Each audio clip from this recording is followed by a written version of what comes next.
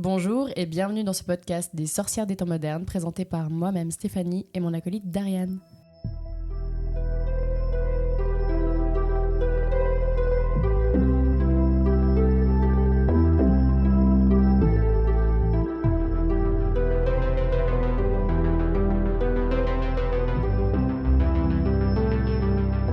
Dariane, la forme aujourd'hui ? Plutôt bien, oui, aujourd'hui. Et Super. toi, Stéphanie ? Écoute, ça va au top du top. Je suis très contente parce qu'aujourd'hui, on fait donc la partie 2 de l'épisode de l'éveil. On est parti sur quelque chose de très théorique, sur la première partie. Et aujourd'hui, on va lâcher prise, je crois que c'est le mot d'ordre, et juste parler de nos expériences. Exactement, c'est ce qu'on aime faire d'ailleurs, parler de nos expériences. On fait que ça. On fait que ça. D'ailleurs, je pense qu'on va essayer au fur et à mesure des épisodes de peut-être lâcher le côté théorique. Ce sera à vous de nous le dire. Vous pouvez toujours interagir avec nous via les réseaux sociaux. Avant de commencer cet épisode, on aimerait faire un petit warning. Exactement, que je vais faire, que tu me laisses le Je droit t'en de faire. prie. Merci beaucoup. On pensait que c'était important de rappeler une chose qu'on avait dit lors de notre premier épisode, et c'est vrai qu'on le dit quand même régulièrement, mais dans les épisodes, donc pas forcément au début. On voulait rappeler qu'en fait, dans notre podcast, c'était important de prendre en considération le côté socioculturel. Et ce que l'on partage, c'est vraiment le fruit de notre connaissance et de nos expériences. Et nous, on vous invite vraiment à ne pas nous croire, si on ose dire ça comme ça, mais vraiment à expérimenter. Et on pensait que d'ailleurs, c'était important de le souligner, parce que comme dit, c'est ce que nous, on vit. Et d'ailleurs, même nous, on vit des choses complètement différentes, au final. Et que même si derrière, il y a ce côté où il y a forcément des gens qui vont s'y retrouver, il y en a d'autres qui vont dire « Non, mais pas du tout, c'est pas du tout ce que je ressens ». Et on vous invite vraiment aussi à communiquer en fait autour de ça avec nous. Donc c'était vraiment un rappel qu'on pensait important. Qu'on fera à chaque fois parce qu'effectivement, on aimerait que tout le monde se sente bien, en sécurité, que personne ne se sente jugé. Comme on le dit à chaque fois, chaque expérience est propre à chacun et à chacune. Et donc le propre du sujet, donc nos expériences, ça va nous permettre de rentrer en douceur dans ce deuxième épisode sur l'éveil. Donc Stéphanie, est-ce que tu peux déjà commencer à peut-être nous lancer sur le sujet de ton éveil, de comment ça s'est passé pour toi, et si on peut appuyer plus sur un éveil conscient. On a déjà fait part de nos éveils dans le premier épisode où on évoque beaucoup l'enfance en fait, où c'est des expériences qui nous sont arrivées dont on n'avait pas conscience qu'étaient en lien avec notre spiritualité. D'ailleurs, du coup, on vous invite à écouter le premier épisode pour une petite mise à jour. Mais vous pouvez très bien continuer à nous écouter en ce moment et vous n'allez pas du tout être perdus. Mais c'est vrai qu'il y a, comme j'aime bien le dire, un moment charnière où d'un coup, tu sais. Voilà. Exactement. On se répète beaucoup, mais il y a ce moment où tu sais. Moi, ça a été une période compliquée dans ma vie. Il y a eu beaucoup d'événements, mais je crois que c'est arrivé autour de mes 22 ans, quand je suis partie du noyau familial et que j'ai emménagé seule. Il y a eu vraiment la conscience parce que je me suis pris mes 22 années de vie dans la figure, où j'ai pris conscience de tout ce que j'ai vécu, de mes souffrances, de ce qui m'a forgé, de ce qui m'a construit, de ce qui m'a détruit aussi. C'est vraiment un tout comme ça, un espèce de tourbillon hyper douloureux pour moi. Après, c'est encore une fois propre à moi-même. J'ai beaucoup souffert dans mon éveil, mais il y a eu aussi beaucoup de phases merveilleuses. Mais voilà, ça a un peu débuté à ce moment-là. Toi, Dariane, tu le sais, je travaillais chez Zara comme vendeuse. J'ai fait 3 ans donc enfermée dans un magasin à 100% de mon temps. Et je crois que ça m'a beaucoup aidée à prendre conscience de beaucoup de choses parce que alors déjà, j'ai pris conscience de moi-même, de qui j'étais, de ce que je voulais dans la vie. J'ai pris aussi beaucoup conscience du monde qui m'entoure. Il y avait cette folie qui m'est tombée dessus un jour. On est un samedi, il y a des centaines de personnes qui défilent sous mes yeux. Je suis à la caisse, c'est très frénétique. Et j'entends les pensées des gens. Le bad. Tu sais, il y a un moment où tu sais ce que la personne ressent, tu comprends son état d'esprit, tu comprends son état émotionnel. Et en fait, il y avait un truc de milliards d'informations comme ça qui me venaient dans la gueule tout le temps. Et à ce moment-là, comme j'en étais pas encore... Du moins, je comprenais pas tout. Donc, je pensais qu'il y avait plein de choses qui m'appartenaient. Et c'était terriblement beau parce que c'est aussi à ce moment-là où j'ai découvert que j'avais un amour fou pour plein de gens. Donc, j'avais un peu tous ces sentiments entremêlés. Mais on va dire que ça, c'était vraiment le point de départ. Mais du coup, c'est vraiment à ce moment-là que tu t'es... Enfin, comment ça s'est passé pour toi À quel moment t'as conscientisé où tu t'es dit oh mon Dieu, ok, c'est pas mes pensées, c'est les pensées des gens.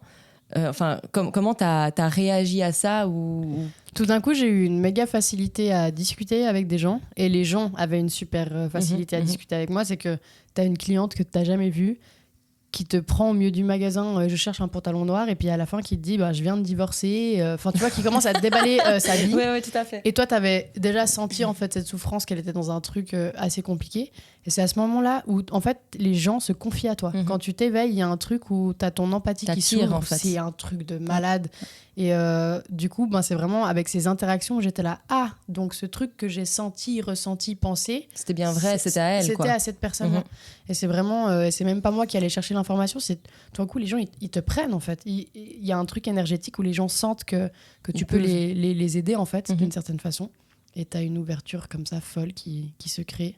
Et alors ça a été toujours, encore maintenant c'est compliqué de dissocier ce qui m'appartient pas. Juste maintenant je suis assez consciente, dès que je ressens une chose, est-ce que c'est à moi? Tu te poses la question. Est-ce que c'est à la personne qui est à côté de moi? Absolument. Ouais. Du coup, c'est intéressant ce que tu nous dis parce que avec l'expérience que tu as vécue en fait à ce moment-là, ce qui est fou quand même là-dedans, c'est que t'as pas pu vivre ton éveil en fait d'une manière un peu entre guillemets recroquevillée à la maison, en mode ermite, à ne pas vouloir sortir, et puis mais qu'est-ce qui m'arrive? En fait, t'étais dans un trop plein, dans quelque chose d'excessif. C'est venu dans un second temps. J'ai connu ce qu'on appelle classiquement un burn-out. Et ce qui est cool, c'est que les médecins appuient ce genre de phénomène. Par contre, tu vas pas chez ton médecin en disant je vis un éveil spirituel. J'entends des choses, je vois des choses. C'est juste que tu as vraiment une fatigue qui prend beaucoup de place. Et d'ailleurs, je pense que ça peut être assez intéressant pour les gens qui nous écoutent. Il y a beaucoup de gens qui traversent ça et qui vont pas l'assimiler peut-être à quelque chose de pas tangible en fait. C'est pas forcément lié à leur monde matériel, à leur quotidien. Quelque chose de psychologique en fait. Après, il faut toujours garder en tête que la psychologie existe et qu'il ne faut pas du tout l'écarter. C'est très important de le prendre en considération. Moi, j'ai vraiment fait les deux en fait. J'ai eu un suivi médical et une approche plus personnelle avec moi-même où j'ai fait ce qu'on peut appeler du développement personnel, de la spiritualité, où il y a vraiment eu un double travail pour qu'est-ce que je peux faire dans le monde matériel pour me guérir et accepter tout ça, et aussi tout ce que ça m'amène, cette lumière que je découvrais en fait, de la gérer aussi, parce que ça c'est pas le milieu médical qui allait m'aider. Ouais. Et comme tu dis, c'est de toute façon quelque chose qui je pense ne faut pas forcément dissocier. C'est qu'effectivement la partie de l'éveil spirituel peut être très difficile pour certaines personnes, la preuve en est, et que de toute façon nous sommes des êtres incarnés avec un mental, et du coup l'aspect psychologique va de toute façon être impacté. Il faut pas le renier, voilà. C'est hyper important, c'est ça, parce que c'est vrai que je trouve ce qui est un peu dangereux avec la spiritualité quand on la découvre par exemple au travers des livres, et c'est là aussi où on avait mis un warning quand on présentait ce podcast lors du premier épisode, qu'on faisait pas cette spiritualité de comptoir qui peut être un peu péjorative comme on l'a dit, mais c'était pas du tout le but. C'est vraiment parce qu'en fait quand tu vas lire des choses sur la spiritualité, tu as tout d'un coup l'impression qu'effectivement tu dois devenir un moine bouddhiste, méditer 10 heures par jour, et tu commences à dissocier plein de choses, alors qu'en fait nous on essaye vraiment d'ici d'introduire la spiritualité dans notre monde moderne, en Occident, avec nos contraintes qu'on rencontre au quotidien en Tout à fait. Et c'est trop important vraiment de garder ça en tête, et qu'effectivement on pourra peut-être jamais atteindre une sorte de nirvana parce qu'on a des conditions différentes, mais c'est pas impossible non plus d'aller dans quelque chose qui nous apaise avec le temps. Tout à fait. Et pour en revenir par rapport à ça, je pense qu'il y a quelque chose d'important à dire aussi, c'est qu'effectivement, quand on est dans ce genre de phase, et ce que tu as dit, il ne faut pas dissocier l'aspect psychologique et l'aspect spirituel, même si la traversée spirituelle peut être difficile. D'ailleurs, je fais juste une petite parenthèse sans rentrer dans le sujet. Vous trouverez énormément de choses autour de cette dépression spirituelle, en fait, qui s'appelle souvent la nuit noire de l'âme. Donc c'est une forme de dépression en fait, évidente, mais qui est amenée par un éveil spirituel. Mais est-ce qu'on creuserait pas la nuit noire de l'âme pour un prochain épisode? Alors avec grand bonheur, je pense. Parfait. D'ailleurs c'est assez important. Il y a aussi beaucoup de choses qui se disent autour de ce sujet-là, et ça me fait rebondir justement par rapport à ces livres dont tu parles de développement personnel, mais spirituel. Quand on traverse des choses difficiles, alors effectivement il peut y avoir cette composante spirituelle, mais aussi une composante psychologique. donc une dépression, un burn-out, ce genre de choses. Et faut faire attention, être attentif à ne pas... voilà, on prend un livre, il va y avoir une sorte des points clés en disant voilà, si vous vivez ça, c'est que vous êtes là-dedans. Et être attentive aussi à ne pas plonger là-dedans en disant ok, en fait c'est bon, en fait c'est juste que je vis un éveil, ma tête va bien, le reste va bien, il n'y a pas de dépression, il n'y a pas de ci, il n'y a pas de ça, parce que du coup je corresponds à ça. Non, les deux cohabitent. Peuvent cohabiter du moins. Il faut les prendre en considération. Vraiment. Et ça ne veut pas dire que parce qu'on vit un éveil spirituel qu'on vit une dépression vraiment déclarée cliniquement. Et ce n'est pas parce qu'on est en dépression qu'on vit un éveil spirituel. À dissocier, mais à ne pas oublier d'associer aussi quand il est nécessaire de le faire. Absolument, parfait. Non, mais j'adore ton... Il faut. Oui, c'est très très important. Nous, on est vraiment là pour essayer d'aiguiller les gens. Donc, il faut qu'on fasse attention à comment on le dit et vraiment que chacun puisse prendre ce qui lui convient. Tout à fait. Voilà, il n'y a pas d'exactitude, en fait. Non, c'est ça. Et ça doit être propre à chacune et à chacun. On le dit suffisamment, mais c'est vrai que finalement, il y a des choses, faut pas enlever, comme tu as dit, l'aspect incarnation, l'aspect matériel, l'aspect concret. Des choses existent hors de tout ce dont on parle. J'aime trop parce que c'est le prochain épisode. Oui. Mais on vous brief à la fin. Pour ceux qui ne regardent pas, pour celles et ceux qui ne regardent pas la vidéo, Stéphanie me regarde avec une intensité, il y a presque des paillettes dans ses yeux. Je pensais que c'était moi, mais en fait pas du tout, c'est ce qu'on dit. C'est beaucoup trop bien. c'est euphorique, ouais, je suis d'accord avec toi. Donc voilà, donc tout ce que tu dis là, il y a eu... donc tu as passé par un burn-out. Ouais. J'ai grave envie de continuer parce que j'ai beaucoup de choses à dire, mais j'ai envie que toi aussi, tu nous mettes un petit peu... continue. Mets-nous un petit peu une mise en matière de... Est-ce que toi, tu as eu un truc similaire à moi ou est-ce que ça a été très différent? Enfin, comment ça commence alors, comment ça commence pour moi? C'est encore en train de... Donc, c'est ça aussi qui est intéressant. Pour moi, vraiment, la partie que j'appellerais éveil...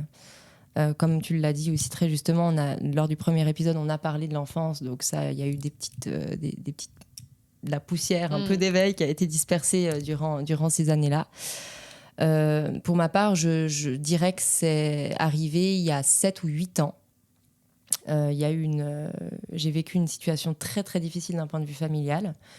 Une explosion familiale, quelque chose d'assez dramatique, du moins pour des enfants et même pour la systémique de la famille, tout simplement. Et en fait, c'est une des premières fois de ma vie que je me retrouve dans un moment de solitude extrême, mais de solitude extrême familiale. Alors, j'ai toujours été quelqu'un de très attaché à ma famille, du moins d'un point de vue de... c'était pas utopique, mais c'était plutôt une projection de désir, mais qui était de toute façon pas le cas. Et c'est vrai qu'un peu du jour au lendemain, ça explose et pam, je me retrouve sans mes sœurs, sans ma mère, sans mon père, en face de « mais mon Dieu, qu'est-ce qui m'arrive ?» Voilà. Et en fait, obligatoirement, si j'ose employer ce terme-là, je me lance dans une introspection énorme à me questionner en fait sur tout. Et surtout d'un point de vue de ok, mais donc moi, je pensais que la vie, c'était ce que mes parents m'ont toujours inculqué que c'était. Mais en fait, voilà ce qui se passe aujourd'hui. Du coup, je ne peux plus me reposer là-dessus. Mais du coup, des croyances qui appartiennent à mes parents, est-ce que ce sont mes croyances? Est-ce que les valeurs qui appartiennent à mes parents, est-ce que ce sont mes valeurs? Et en fait, j'ai commencé à aller chercher au fond de moi en fait, ce genre de questions. Et pour, au fur et à mesure, réaliser que, en fait, non, ça, c'est pas moi. Ça me correspond pas vraiment. Et ça, oui, mon père le fait, il le faisait. Et en fait, mais moi, c'est pas ce que j'ai envie de faire. Et en fait, ça m'a amené dans une phase de réflexion profonde, mais d'un point de vue de vie, en fait. C'était vraiment une remise en question sur les 18 dernières années de ma vie, en fait. Et à ce moment-là, j'avais de toute façon cet attrait pour le monde invisible qui était déjà présent, mais qui a vraiment refait son apparition à cet instant. Parce que ça a été pour moi une période tellement sombre et tellement difficile qu'il me fallait quelque chose sur quoi je pouvais m'appuyer. Et aussi paradoxal que cela puisse paraître, parce que c'est quelque chose d'immatériel et de non visible. Donc c'était pas vraiment quelque chose voilà, c'était pas c'était pas tangible. C'était pas tangible, voilà. Mais j'avais besoin de retrouver du sens. Et en fait, le sens que j'ai réussi à retrouver a été via ce genre de choses-là. Et en fait, ça a été via ça parce que c'est là où j'ai réussi à apprendre à me faire confiance. Chose que j'ai brièvement dit dans l'épisode d'avant, où je dis l'intuition, finalement, c'est vraiment c'est la plus belle preuve de confiance que tu as à ton égard. Parce que ton intuition, il n'y a personne d'autre qui peut dire si elle est vraie, pas vraie. C'est toi qui le sais et qui le sens.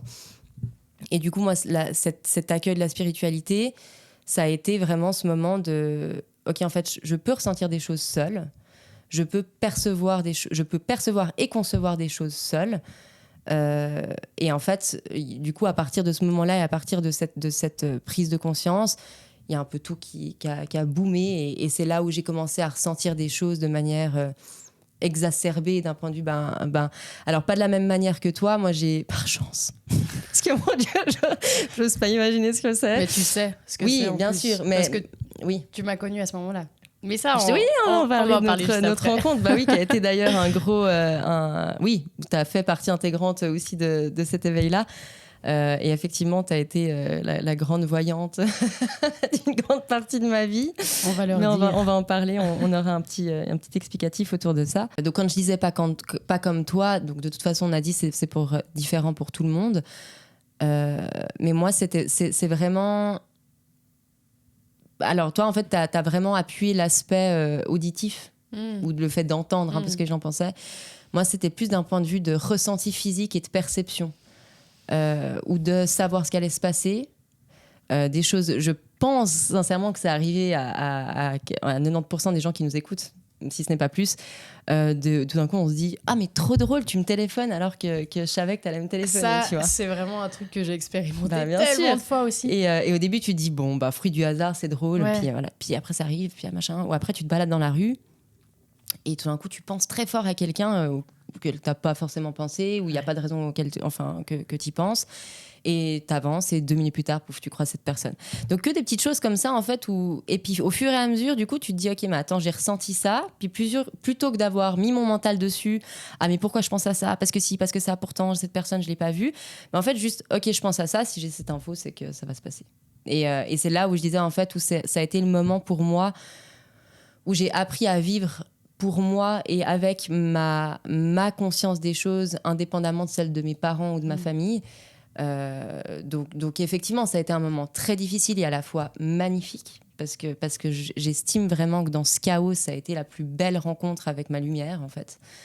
Et ça, je trouve que c'est assez intéressant et je sais pas si tu me rejoins là-dessus, mais finalement, déjà nos expériences le démontrent, mais j'ai l'impression d'avoir parlé avec passablement beaucoup de personnes qui ont vécu aussi des éveils plus ou moins similaires où souvent la lumière se retrouve dans le chaos. Et j'ai rarement, pour pas dire pas, parce qu'il y en a, mais rarement rencontré des gens qui ont vécu un éveil. Tu vois ? Juste, oui. Il y a quand même souvent des histoires où il y a eu des difficultés de vie, où il y a eu des difficultés relationnelles. Mais parce que ça va avec prendre conscience. Ouais, exactement. Tout le monde vit des difficultés. C'est impossible de ne pas en vivre. Après, l'humain est très fort pour être dans le déni ou pour accepter, voire même adorer ce genre de situation et les trouver absolument normales. Il y a un truc où on banalise en fait les problèmes, les conflits. Voilà. La souffrance en fait, simplement. Voilà. Et du coup, ces personnes-là ne sont pas encore totalement éveillées parce qu'elles sont encore dans un certain déni de leur histoire. Oui, et puis parce que c'est aussi, et c'est sans dire qu'il ne faut pas être dans le déni, parce que moi je pense que le déni a une forme très importante pour chacune, voilà, exactement. Il nous protège à un moment. Tout à fait, mais parce qu'aussi l'éveil c'est quelque chose de très difficile, et en fait c'est d'accepter aussi... Je suis vraiment en train de réfléchir comment je pourrais dire ça le mieux possible, mais je vais le lancer comme il arrive. C'est d'accepter en fait d'entrer dans son soi, mais du coup d'accepter que les choses arrivent à cause ou grâce à nous. Et ça, c'est pas facile. Parce que peu importe les expériences qui se passent autour, on y est... Enfin, d'accepter qu'on est pour quelque chose, puis que c'est nous qui décidons ce qu'on mettons dans notre vie et de comment en fait on va faire aller notre vie, c'est une responsabilité qui est énorme. Alors que c'est vrai que c'est simple de dire non mais il s'est passé ça m'a détruite et je laisse en fait... Sauf que tu as des choses à apprendre et tant que tu n'apprends pas, tu vas revivre cette histoire. On appelle ça les répétitions des schémas qu'on connaît très bien, qu'on a vécu en long, en large.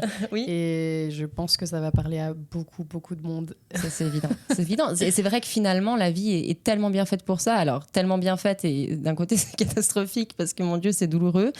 mais on est là pour douleur, faire, hein. voilà, et on est là pour faire des expériences, et finalement tu comprends pas, c'est pas grave, ça reviendra, tu comprends pas, c'est pas grave, et comme dit, tu peux t'y habituer et toute ta vie ne pas comprendre et faire comme ça, et puis tu vivras dans une pensée que la vie c'est souffrance, et ok, bah de toute façon à un moment donné la souffrance est tellement présente que comme tu dis tu t'y habitues, et du coup tu ne sais de toute façon pas ce que c'est être bien et heureux, donc mais on peut en faire quelque chose. Je saute des étapes dans mon éveil, mais moi, il y a eu ce moment charnière où je me suis dit, mais il faut que je fasse quelque chose de tout ce que je ressens. Et c'est comme ça que j'ai débuté mon projet musique. Bah voilà. Et mes chansons parlent de ça. Et j'ai trouvé un moyen de l'utiliser. Mais en fait, toute ma vie, j'étais sur moi en me disant pourquoi j'ai vécu tout ça, c'est nul. Enfin, un truc de victime insupportable. Et un jour, je me dis, punaise. Tu vas me dites. Ça me permet en fait toutes ces histoires que j'ai vécues, que j'ai ressenties, de comprendre les autres, d'avoir de l'empathie pour les gens. Et sans ça, je pense que je comprendrais rien. Et ça m'a. Et aujourd'hui, j'ai envie de le transmettre. Et c'est pour ça que je fais de la musique. Enfin, c'est dingue. La vie, franchement, est vraiment bien faite. Et encore une fois, comme tu dis, on choisit nos expériences. Il n'y a rien qui est là par hasard. S'il se passe des trucs, essayez de comprendre, plonger dedans, même si ça fait peur, même si ça fait mal. Il y a toujours quelque chose à en tirer. Alors, on ne parle pas de positivité à tout prix. Les choses qui ont été dures restent dures. On ne cherche pas forcément à les rendre belles. Mais qu'est-ce qu'il y a à comprendre là-dedans ? Il y a toujours quelque chose. Et comme dit, il y a quelque chose. Après, ça ne veut pas dire qu'on doit le prendre. Et la preuve, tu parlais de répétition de schéma. Je viens de faire les frais il n'y a pas très longtemps, mais en preuve, c'est qu'il y a déjà eu des choses où j'ai eu des avertissements, pas voulu entendre, tu refais, jusqu'au moment où en fait c'est suffisamment gros ou fort pour que ok, là peut-être que j'en ai marre. Ça revient toujours de plus en plus intense, jusqu'à ça, ce qu'à un moment ouais. tu l'aies vraiment dans la figure et que tu puisses plus te dire ah non, là j'ignore. C'est ça. Prends ta leçon. Et en fait, le but, je pense aussi, c'est d'arriver à un certain moment ou un certain point où tu n'as plus besoin de vivre les choses avec autant d'intensité et cette pouvoir d'intensité, que ce soit dans le bon ou dans le mauvais. Parce que la passion, de toute façon, c'est de l'excès. Donc, il n'y a rien de positif à ça. Et c'est vrai que de pouvoir prendre les choses, non pas avec neutralité, mais de ne pas attendre que ça explose ou que ce soit incroyable ou que ce soit catastrophique. C'est vraiment cette balance-là qui fait que les choses sont agréables et puis que la vie peut se passer d'une manière sereine et reposante. Non, mais de manière beaucoup plus fluide. Avec une forme d'harmonie. Tout à fait. Je n'avais pas le mot. Il voulait pas venir pour moi aujourd'hui. Mais ça me fait trop penser, on a tous connu quelqu'un, ou encore maintenant, tu sais, une amie qui va te dire purée, mais il m'arrive toujours la même chose, ou tu sais pas quoi, il m'a encore trompé. Enfin, tu vois, genre des trucs où tu retombes. Souvent, c'est avec les relations amoureuses. Faut se mentir. Mais je pense même, moi, ça m'est arrivé où tout le temps, j'étais là, mais je revis la même histoire d'amour à chaque fois différemment avec une autre personne. À un moment, t'es là, ok, répétition de schéma, là, quand même. Qu'est-ce qu'on fait ? Brise quelque chose, essaie de faire différemment. Ou tu te dis, effectivement, c'est pas la même personne, mais purée, attends, le début, il se passe ça, c'est ça. Et puis la finalité de la chose, c'est la même chose. Toujours. Et du coup, là, au bout d'un moment, percute, parce que effectivement, les personnes que tu rencontres, ben, on leur part de responsabilité. De toute façon, une relation, ça se fait à deux ou à plusieurs. Mais toi, comment tu prends ça ? Parce que finalement, moi, je pars assez du principe que les gens ne changent pas. C'est faux, les gens changent, on est d'accord. Mais tu peux pas... Les gens ne changeront pas parce que tu leur demandes de changer. Par contre, une chose qui est évidente et qui est vraiment en preuve à la pluie, c'est que si toi, tu changes, de toute façon, ça change. La personne, d'une manière ou d'une autre. C'est les fréquences. Voilà. Et du coup, c'est ça, quand on disait de prendre ses responsabilités, c'est pour ça aussi que l'éveil fait peur, c'est parce que tu acceptes que la vie, en fait, que ta vie, elle est créée par toi. Et du coup, tes choix, tes actions, tes pensées, tes relations, c'est toi qui les crées. Donc, si tu as des schémas que tu répètes, tu peux toujours mettre la faute sur l'autre, toujours dire ou les autres. Ah, moi, c'est les gens, tout le temps, je rencontre Oui, tout le temps, tu rencontres des gens et ça n'enlève pas la douleur et ça n'enlève pas le fait que des personnes ont pu être mauvaises avec toi ou ont pu faire des choses mauvaises, mais finalement... Pourquoi tu choisis toujours des gens comme ça, tu vois ? Et pourquoi ça, on est libre. Dès que tu rencontres quelqu'un, on a toujours des signaux. on accepte de les voir ou pas, Darian. et on va dedans. Enfin, on choisit d'aller dedans ou pas. Après, c'est ça aussi, c'est que dans le fait de choisir d'aller dedans, il y a vraiment cette... Tu peux aller dedans en conscience aussi. Mais nous, on est les premières à le faire, à dire, on sait, il faut que j'expérimente parce qu'il y a un truc que j'ai pas encore compris. Toutes les deux, ça nous est déjà arrivé. Mais bien sûr. On sait, mais de toute façon, on veut. Et puis, et on a aussi ce vieux caractère et cette tête très dure qui fait que non, pas comme ça et pas par là. Et c'est nous qui décidons comment. Et on adore utiliser l'excuse du bélier alors que ça n'a rien à voir. Ça fait juste partie de notre réveil, c'est tout. L'astrologie n'adoucit pas tout. Hein, voilà. Non, n'excuse pas tout. Donc, n'excuse pas tout, exactement. Donc voilà un peu parce qu'on est parti, du coup, on est allé très loin, très vite dans ça va aller l'éveil. dans plein de sens parce qu'il y a tellement de choses et tout est intimement lié. Ouais. Donc voilà, mais pour en revenir un peu aux bases et à la question qu'on s'était posée mutuellement, donc c'était pour dire de la même manière que toi, ça s'est fait l'entrée dans cet éveil-là a été faite d'une manière brutale et très lumineuse. J'aime bien parce qu'en fait on a quelque chose de très similaire parce que tu m'expliques aussi que c'est familial, qu'il y a eu un moment de solitude et c'est exactement ce que j'ai expliqué. Oui. C'est pas pour rien qu'on s'est rencontrés, Stéphanie. Voilà, du coup, notre rencontre, parce que ça, vraiment, il faut qu'on en parle. C'est tellement fou, tellement magique. Moi, j'expliquais que je me suis un peu perdue dans la temporalité. C'est vrai qu'il y a eu ce moment où j'ai déménagé, où là, j'ai eu la grosse conscience, mais ça a déjà commencé quelques mois avant. Et moi, je t'ai rencontrée à ce moment-là. Je me rappelle avoir déménagé au mois de juin et on s'est rencontrés au mois de mars. Vraiment... Je suis tombée folle amoureuse de Stéphanie. Mais oui, mais c'est vrai, on était folle amoureuse. Et c'est trop drôle parce que, en fait, ce qui est chou, c'est que moi, je me rends compte, toutes les personnes dont je tombe amoureuse, c'est des gens qui ont un impact fondamental dans mon éveil, sur ma vie. Parce qu'encore maintenant, ça m'arrive de tomber amoureuse de personnes. Et c'est toujours des gens qui m'éveillent, qui, en fait, ils me font monter d'une fréquence à chaque fois. Sauf que toi, tu as vraiment été la première personne que j'ai rencontrée. Moi, je côtoyais des gens inconscients. Je faisais partie de ces personnes qui sortaient le week-end. Alors, j'étais pas extrêmement fêtarde, mais je buvais un peu d'alcool. Ça me fascine. C'est vraiment un truc que j'ai supprimé totalement de ma vie. J'ai jamais été folle. Dans mon mode de vie, j'ai toujours été assez calme, mais c'est vrai que je suivais beaucoup, j'ai pas mal expérimenté. D'ailleurs, on s'est rencontrés en boîte de nuit. Au MAD, à Lausanne. Et, des rencontres super, du coup, au MAD. Fabuleuses. Et moi, il y a eu ce truc de dingue quand on s'est rencontrés, parce que j'étais hyper fascinée. Tu me parlais d'hypnose. En fait, tu étais à fond en train de creuser plein de trucs entre psychologie et spiritualité. Et j'avais envie d'être comme toi. Je me disais, cette meuf a un magnétisme absolument incroyable. Comment c'est possible ? Parce que moi, j'étais dans ce down fou que j'ai expliqué avant. Et toi, tu as bien vu ma noirceur, d'ailleurs, à ce moment-là. Que j'ai adoré. Et c'est très intéressant ce que tu as vu chez moi, et je t'en remercie. Moi, j'ai vu exactement la même chose chez toi, indépendamment de ta noirceur, en fait. Et ce qui est incroyable, c'est que moi, quand on s'est rencontrés, j'étais dans la même noirceur. Et tu l'as pas forcément... Enfin, tu vois ce que je veux dire. Donc en fait, on a connecté à un moment donné parce qu'effectivement, on avait des expériences de vie qui se rejoignaient. Moi, il y avait des choses chez toi qui me fascinaient aussi et qui étaient là complètement... Oh, cette femme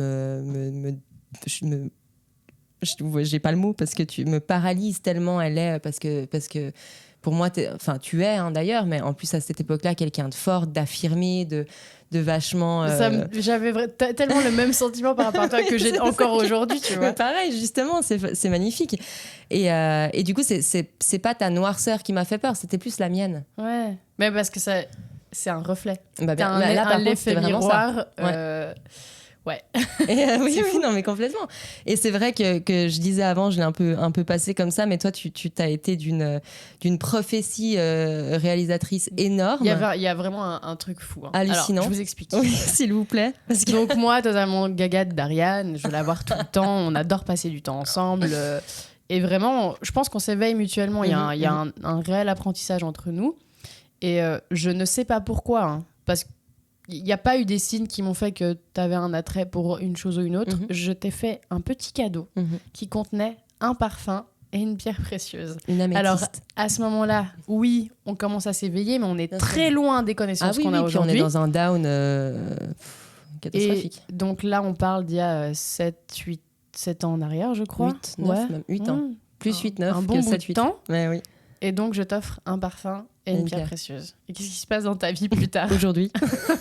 Aujourd'hui, je suis née en haute parfumerie et du coup, dans médium, en l'occurrence, mais dans les thérapies énergétiques, et les pierres font partie intégrante. Ce qui est absolument fou. Cette meuf est une malade du parfum, elle a une connaissance de dingue, elle travaille là-dedans. Et elle exerce aussi à côté la médiumnité. Voilà. Et t'as vraiment... C'est comme si t'étais... Mais d'ailleurs, il n'y a pas d'autre mot, c'est la prophétie. C'est la prophétie, et indépendamment de ça, t'as vraiment été un ange déchu. Qui est tombé. Bon, en même temps, je suis sur Terre, donc un peu déchu de toute façon. Voilà, exactement. Mais en plus, on riait beaucoup l'autre fois quand on parlait de ça, parce que je te disais, moi, je t'ai rencontré et t'as été vraiment sous un spot lumineux. Et il y a vraiment littéralement un tube. en boîte de nuit. Il y avait les deux. Il y avait cette lumière l'une sur l'autre en mode. Ouais, et un spot qui a fait pouf. Et je t'ai regardé, je me suis dit genre Jesus Lord, qui est cette personne? Je suis waouh. Et du coup, toi, t'es venu. Voilà, on a vécu ce qu'on a vécu et. Un jour, donc tu viens m'amener un peu ces deux présents venus tout droit du ciel, un peu sans savoir hein, finalement.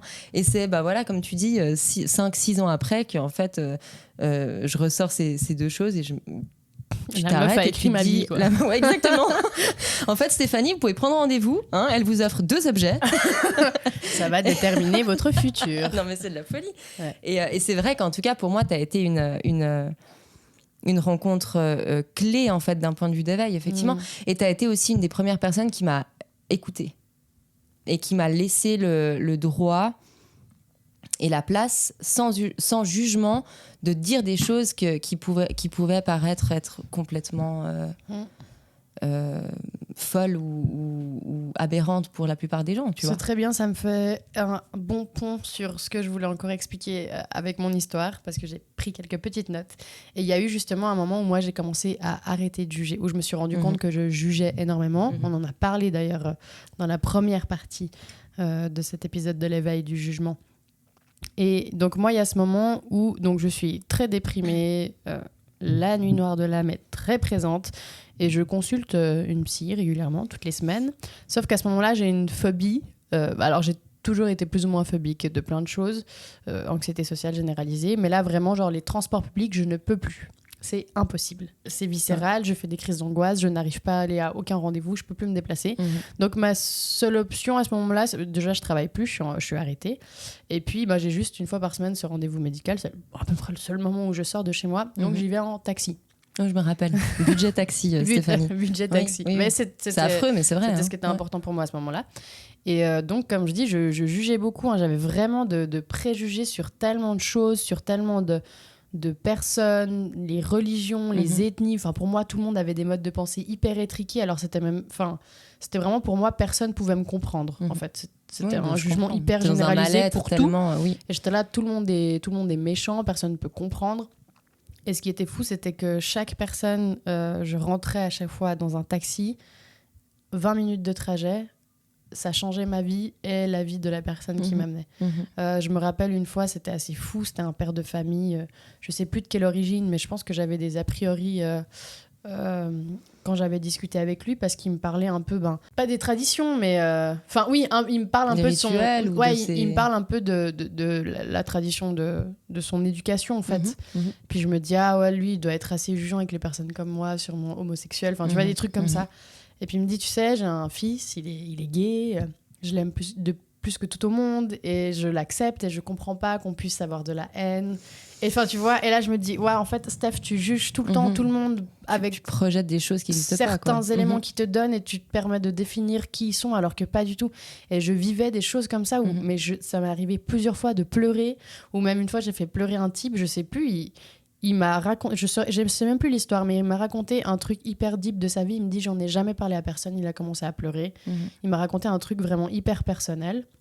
C'était pas le contenu en soi, moi, qui m'a touchée, parce que je m'en rappelle plus aujourd'hui, mais c'était vraiment qu'il s'est senti en confiance pour me parler.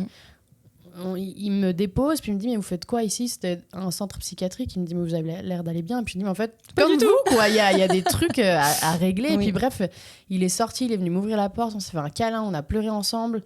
Et c'était des trucs comme ça tout le temps, où j'ai vraiment eu des gens qui m'ont, je peux presque dire, éduquée. En tout cas, ils ont changé ma vision de beaucoup de choses. Et c'est parce que j'étais aussi réceptive à un moment à ça. Mais en fait, c'est dans des trucs auxquels tu t'attends pas que ton monde y change. Moi, je pensais que l'éveil, tu vois, justement, j'allais peut-être faire des retraites où j'allais rencontrer des gens qui portent des sarouels et que c'est eux qui allaient me changer, qui allaient changer mon monde. Non, mais encore une fois, c'est du jugement, tu vois. Sûr. Et qu'en fait, tu peux vraiment changer ton monde avec une simple rencontre qui dure 5 minutes. C'est juste à toi d'ouvrir tes portes avec ça. Tout à fait. Et ça a été dingue dans ma vie. C'est ce que tu racontes là donne aussi beaucoup d'espoir parce que justement, alors déjà, je pense que c'est important de dire que c'est toi qui décides de changer ton monde et qu'à partir du moment où tu décides ça, t'accueilles du coup que des expériences du type de ce que tu viens de nous raconter là. Et en fait, tu vas être attentive à des petites choses qui vont t'être amenées dans des situations tout à fait lambda, type je prends le taxi. Et tout d'un coup, il va y avoir des choses qui vont se dire où tu vas percuter. Mais, et ça, c'est très beau parce que finalement, ça prouve bien aussi une chose, c'est que même si on est des êtres seuls, on est tous, on l'a dit aussi, interconnectés, et que finalement, les gens ressentent très bien. Des fois, voilà, tu dis des choses à quelqu'un, tu sais pas pourquoi. Là, pourquoi la personne, elle t'a parlé de ça, t'en sais rien finalement. Mais elle a senti à ce moment-là que il fallait peut-être, ou enfin voilà.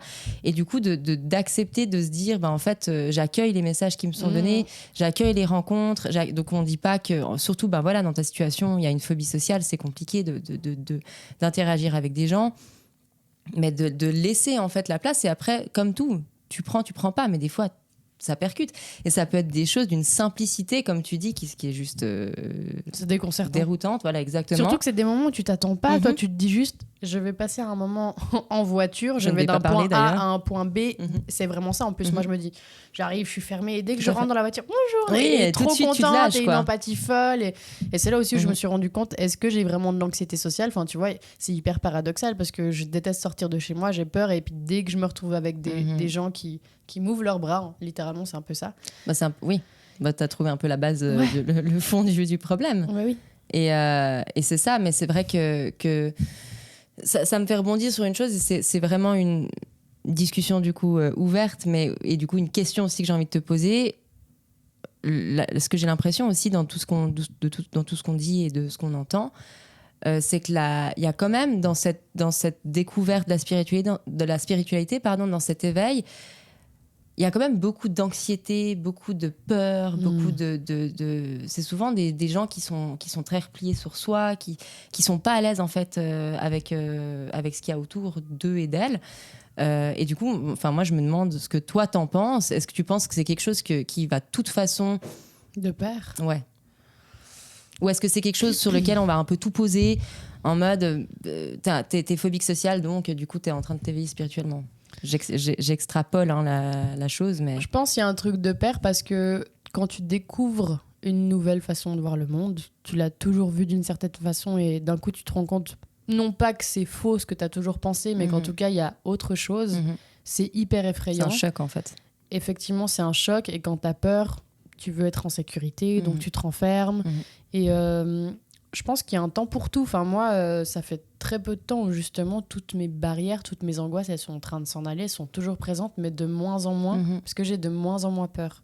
Et je commence de plus en plus à lâcher prise. Or, pendant des années, je pensais que j'étais quelqu'un qui lâchait prise. Pas tant. Faux, le déni. Pas du tout. Alors, maniaque du contrôle. À foison. Un truc de fou.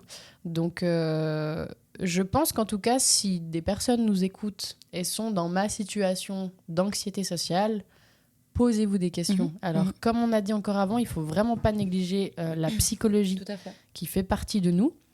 Mais la psychologie ne vous donnera jamais les réponses sur les choses qu'on aborde ici.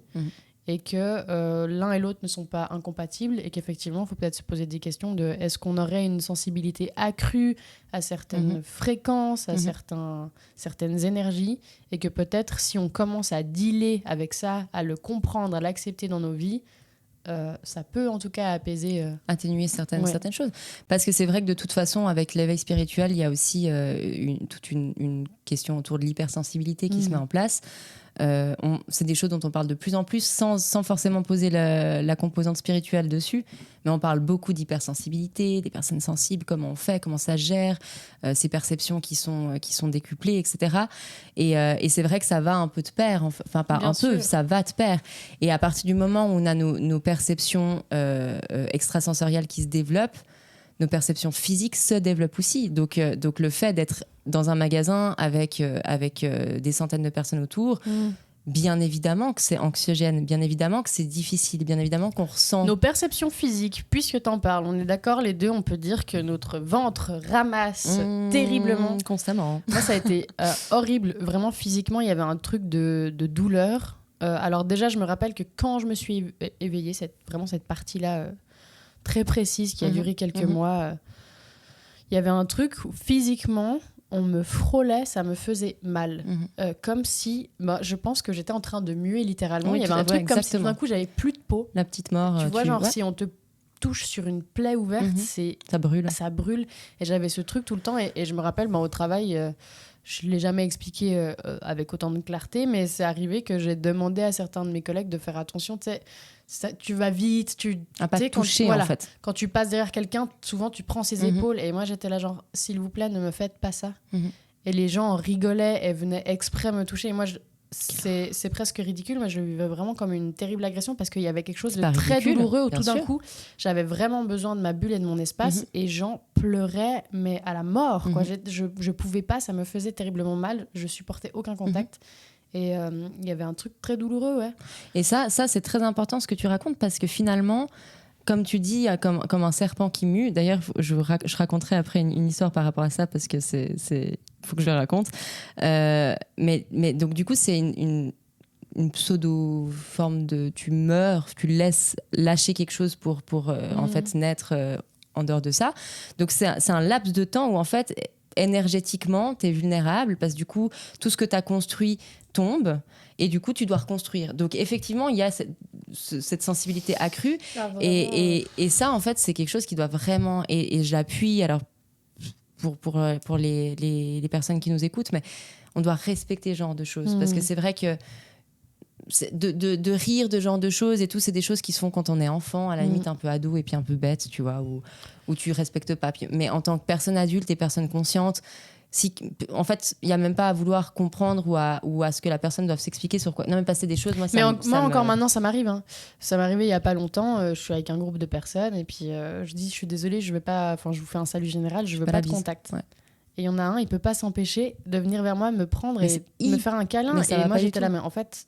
non, parce que c'est des moments où je n'arrive pas à me protéger, j'arrive pas à mettre ma bulle, et dès que j'ai un contact physique, je prends les émotions des gens. Tout d'un coup, je me connecte à toi, je prends tes informations, c'est vraiment comme un disque dur USB qui se branche à l'ordi, puis tu lis les infos. Ouais. Et puis là, à ce moment-là, genre, j'ai pas mes antivirus, tu vois.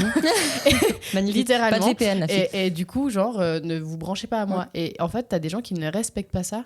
Et quand bien même il n'y a pas de dimension spirituelle derrière, si quelqu'un consentement, vous en fait, demande, c'est juste consentement, voilà. Vraiment. Alors là, on va faire de l'éducation large. Hein, mais le consentement et le consentement, par contre, en matière de tout, hein, ça c'est une évidence.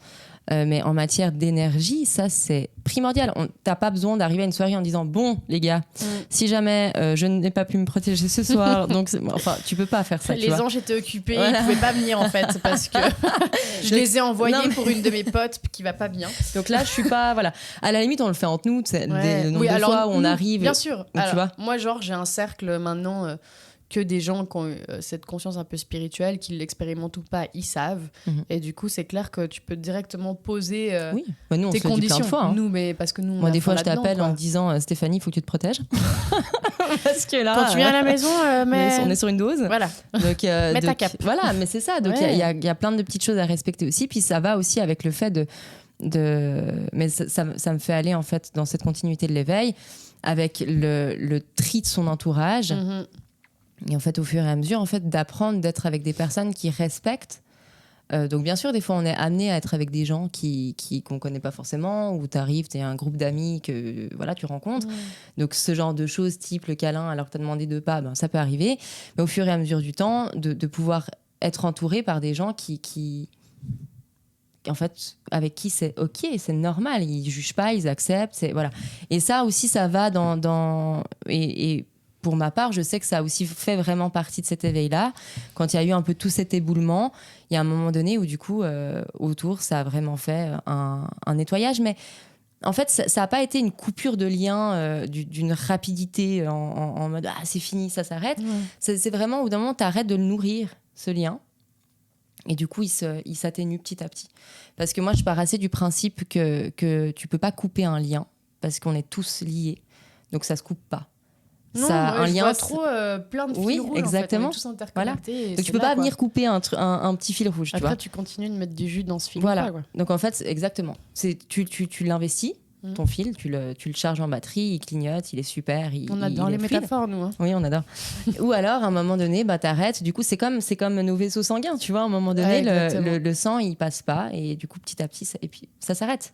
Mais ça, je pense, c'est important quand même d'appuyer sur le fait que... Alors ça, c'est propre aux croyances. Hein. Pour moi, en tout cas, comme je t'ai dit, les liens ne se coupent pas. Et du coup, cette obsession de couper des liens, il faut être attentif aussi justement à ça, parce que concrètement, il y aura toujours une déception derrière, parce que tu ne peux pas couper un lien. Tu peux juste le désinvestir. Et il y a des liens qui ne se coupent pas. Nous, par exemple, il y a eu un moment où, effectivement, il n'y a pas eu une coupure, mais on a arrêté de se côtoyer. On n'a plus eu contact. Et effectivement, moi, je n'ai pas cherché à avoir une coupure en me disant je veux couper le lien avec cette personne, je veux effacer ce que j'ai vécu avec elle. Pas d'animosité, c'est juste il y avait des choses qui devaient se faire chacune de notre côté. Et puis, on s'est retrouvés. Et on s'est vraiment retrouvés. En plus, il y a vraiment eu ce moment de... Deux moments dans nos vies où moi, j'étais beaucoup plus alignée avec moi-même. Je pense que toi aussi. Oui. Et c'est à ce moment-là qu'en fait, ça a été hyper naturel. C'est « Hé, coucou, on va boire un café ?»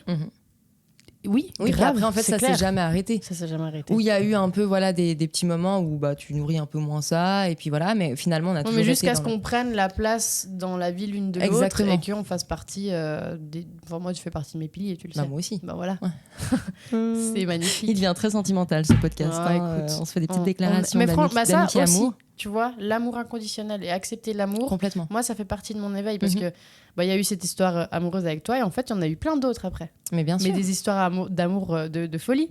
Et d'ailleurs, ce qui est trop fou, c'est que j'ai retrouvé une ancienne amoureuse dernièrement. Oui. Donc, très peu de temps après toi. Genre, je crois 2 mois après. Qui est cette femme ? Il y a eu de nouveau une rencontre folle. Encore une fois, ça m'amène à un autre niveau. Parce que, alors moi, à ce moment-là, j'ai pas la dimension artistique dans ma vie. Je fais un peu de guitare, mais genre vite fait, et juste, ça m'intéresse pas, je compose pas, voilà. Et je rencontre cette fille qui, elle, est full artiste, qui aujourd'hui est tatoueuse et hyper talentueuse, voilà. Et puis, qui voit cette lumière en moi, mais toi, tu dois faire un truc, enfin, tu vois, elle savait, elle voyait ça en moi, et puis, à ce moment-là, moi, je parlais que j'avais envie de commencer à faire de la peinture, mais pareil, enfin, je l'avais encore jamais fait, c'était juste, je sentais que j'avais besoin d'expérimenter quelque chose d'artistique. Je comprends. Donc il y avait un peu la musique, pourquoi pas, et puis il y avait la peinture, et un jour, un peu pareil, prophétie, hein, tu vois, elle débarque chez moi, elle me dit tiens, mon chevalet, je l'utilise pas. Et je commence à peindre, et peu de temps après, moi j'ai vraiment été à fond là-dedans, j'ai commencé à vendre mes tableaux et tout, alors maintenant c'est quelque chose que j'ai un peu freiné, parce que la musique a finalement pris beaucoup de place, et je me suis mise pleinement là-dedans. Mais cette fille-là, elle a été pareil, mais d'une importance folle. Et il y a ces 7 ans qui se sont écoulés où on ne s'est jamais redressé la parole. Pareil, il n'y a pas eu de coupure de lien. Moi, c'est quelqu'un que j'aime d'un amour fou, qui est ancré sur ma peau parce qu'elle m'a fait un tatouage et je me suis fait tatouer un dessin qu'elle a fait. Donc, c'est vraiment quelqu'un que j'ai voulu garder en moi parce qu'elle m'a éveillée sur une partie de moi que j'ignorais et c'est incroyable. Et donc, on se voit pas pendant des années. Et pareil, un jour, tu voudrais pas venir me voir, ça fait trop longtemps et tout. Et moi, oui, d'amour, que je veux te retrouver. Et en fait, tout reste intact. Et encore une fois, tu atteins un autre niveau où cette personne est de nouveau importante, t'amène autre chose, te fait comprendre des choses sur toi. Et c'est juste accepter l'amour. C'est tellement important. Enfin, moi, toute ma vie, j'ai renié. Je voulais pas qu'on m'aime. Oui, je voulais pas aimer non plus. Je voulais pas aimer, je voulais pas qu'on m'aime dès qu'on me donnait de l'affection. Enfin, j'étais d'une froideur extrême. Enfin, je jouais un peu ce truc froid, méchant, mais inutile. Bien sûr. Mis à part m'éloigner du monde et de moi-même, ça ne m'a rien apporté, mais c'était une protection nécessaire à un moment donné de ma vie. Jusqu'à un certain temps où je me suis dit, mais en fait, le monde est tellement beau, on a tellement de choses à partager, il faut... Pour moi, à un moment, je me suis dit, la vie, c'est ça. C'est ça que je dois vivre, c'est que je dois connecter avec les gens qui m'entourent.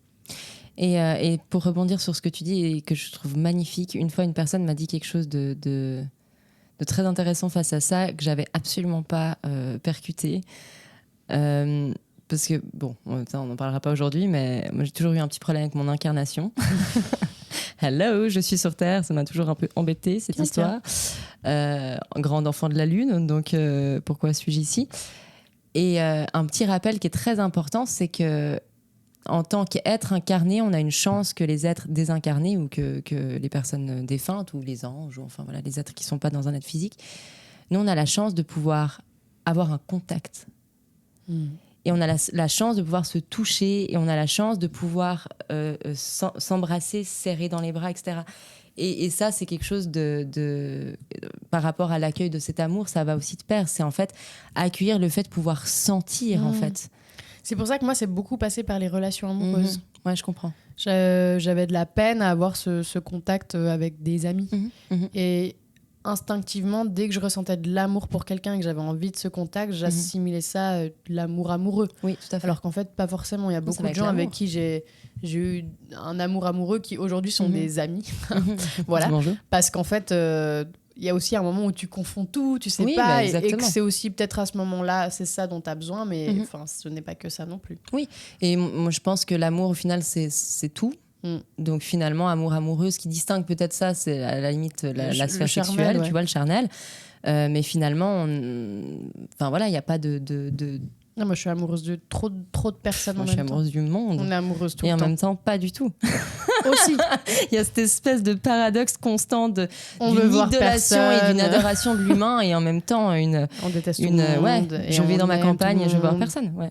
Mais ça fait aussi partie justement de cet éveil un peu, puis de cette ambivalence où des fois tu as une connexion énorme pour les êtres et d'autres fois où tu es en mode, tu es tellement électrique en fait, tu es tellement en sensibilité que tu peux pas en fait, parce que c'est trop. Puis du coup, à part rester chez toi et dans ta grotte et dans ton truc, il faut surtout pas... Parce que même quand il y a cet éveil qui arrive, après du coup tu as des phases dans ton éveil, puis tu es en éveil toute ta vie, ça on l'a déjà dit, et du coup tu repasses aussi des fois par des nuits noires de l'âme, par ce genre de parce choses, que d'un coup t'oublies tout et c'est jamais un retour en arrière, mais en tout cas on a souvent besoin d'un rappel en fait. Et tout d'un coup, plutôt que t'es sur ton chemin, tu vas tout droit, ok, t'es dans ton éveil, tu sens les trucs, et au moment où tu pars à droite. Parce que tu te dis, à droite c'est joli, il y a un coucher de soleil, et du coup tu pars à droite. Puis tu pars à droite et non pas que ça t'éloigne de toi, mais tu vas du coup prendre une direction un peu différente qui va de toute façon à un moment donné te ramener sur ton chemin initial. Mais du coup des fois tu te décales un peu. C'est hyper intéressant ce que tu dis parce que... Bonsoir, super intéressante madame. Ça vous dirait qu'on discute? Voyons. Waouh. Ce que je voulais dire, c'est que c'est hyper intéressant ce que tu dis parce que en fait, il y a ce truc quand on s'éveille, on a la lumière, mais on peut aussi très vite aller dans l'ombre. Et ça, c'est quelque chose auquel il faut faire attention parce que à partir du moment où tu ouvres tes champs, tu attires aussi les mauvaises énergies. Et tu as le choix d'y aller ou de pas aller, mais le problème, c'est que souvent, on peut très vite sombrer aussi. Rien n'empêche qu'à un moment, on retourne vers la lumière. Mais c'est quand même plus compliqué. Il y a quand même... moi, je l'ai vécu comme ça. Il y avait une facilité dans le mal-être. C'est simple d'aller mal. C'est évident. Pour aller bien, j'ai dû faire des efforts. Me lever le matin, c'était un effort. Aller me doucher, c'était un effort. Me nourrir, te dire aujourd'hui, ça va aller, c'est un effort plutôt que te dire je reste dans mon lit à pleurer. C'était beaucoup plus simple de rester dans mon lit, de perdre des kilos, de devenir toute pâle, de n'avoir plus envie de rien. C'est facile et ça va très vite. Et après, pour remonter la pente, c'est extrêmement compliqué. Et ça, je trouve que ça définit bien en fait ce que tu dis, ces moments où on s'égare un peu. Parce qu'on peut s'égarer de plein de façons. Il y a aussi ce danger-là qui nous guette et auquel il faut être attentif. Genre, c'est bien de lâcher prise, de s'accorder des fois quelques jours où tu peux te laisser aller. C'est très important, il faut le faire. Il faut lâcher d'ailleurs. Il faut tout sortir. Voilà, en conscience. Et encore une fois, toujours la conscience qui revient. Mais ne pas se laisser aller là-dedans, je pense que c'est primordial de vraiment le comprendre, le savoir, de l'incarner. Tout à fait. Donc comme tu dis, en fait, de se laisser tomber dans cette, entre guillemets, pardon, ça peut aller très très vite.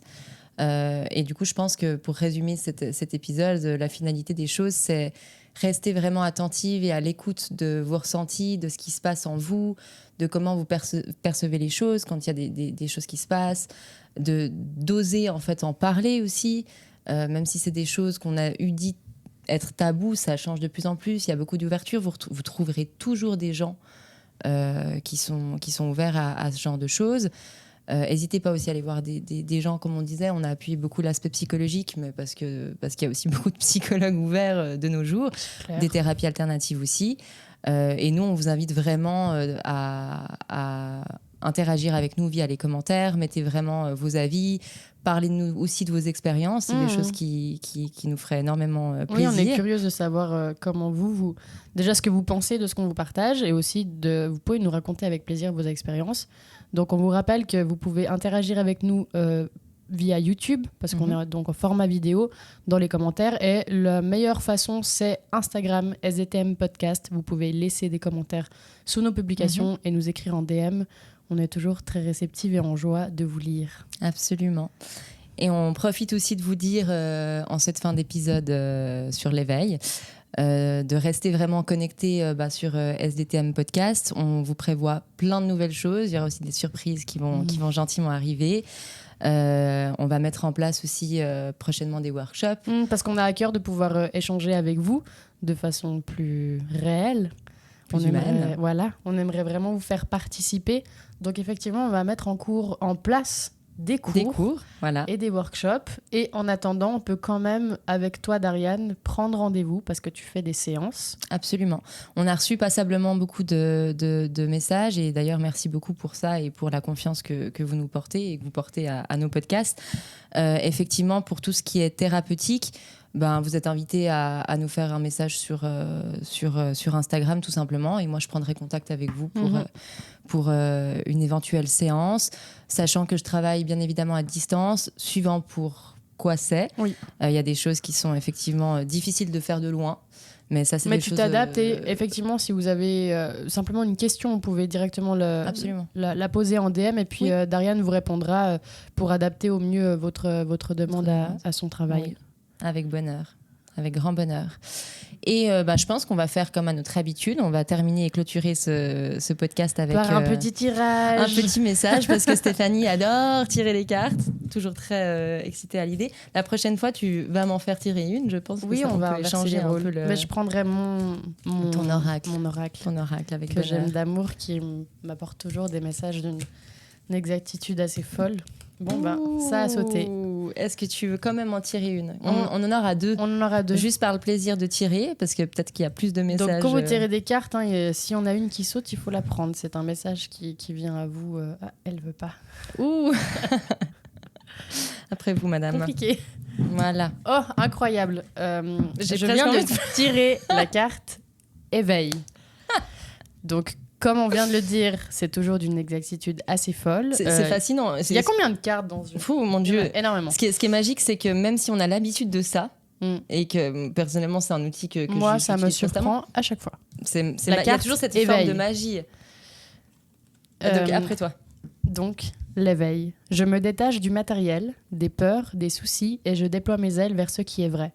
Je dirige mes pensées vers Dieu, la nature et la beauté afin de laisser la simplicité et la force de la lumière éveiller en moi ma conscience spirituelle dans l'amour et la sagesse. Amen. Oh, wow. Magique. Et la carte qui est tombée, du coup, qui a sauté du jeu, et d'ailleurs elle fait référence à une partie de notre épisode, elle s'appelle « Entrer en moi ». Je ne cherche pas des raisons extérieures et je ne blâme personne pour mes conflits ou situations éprouvantes. Dans l'humilité, je me retourne vers moi, car ce sont les conditions intérieures qui créent les conflits. Je demande l'aide à l'univers afin de me guider et m'éclairer pour me transformer dans la maîtrise de mes pensées et de mes émotions. Je retrouve la paix. Magnifique. Dariane, merci beaucoup pour ce fabuleux épisode. J'ai pris un plaisir fou à parler de tout ça avec toi, me remémorer aussi des très beaux souvenirs. Merci à vous de nous écouter. Surtout. Suivez-nous, SDTM Podcast. On est sur toutes les plateformes, sur TikTok, Instagram, YouTube. Et on vous dit à bientôt pour le prochain épisode qui traitera de la spiritualité, le matériel et l'apparence. Exactement. Allez, à bientôt. Bye bye. Merci.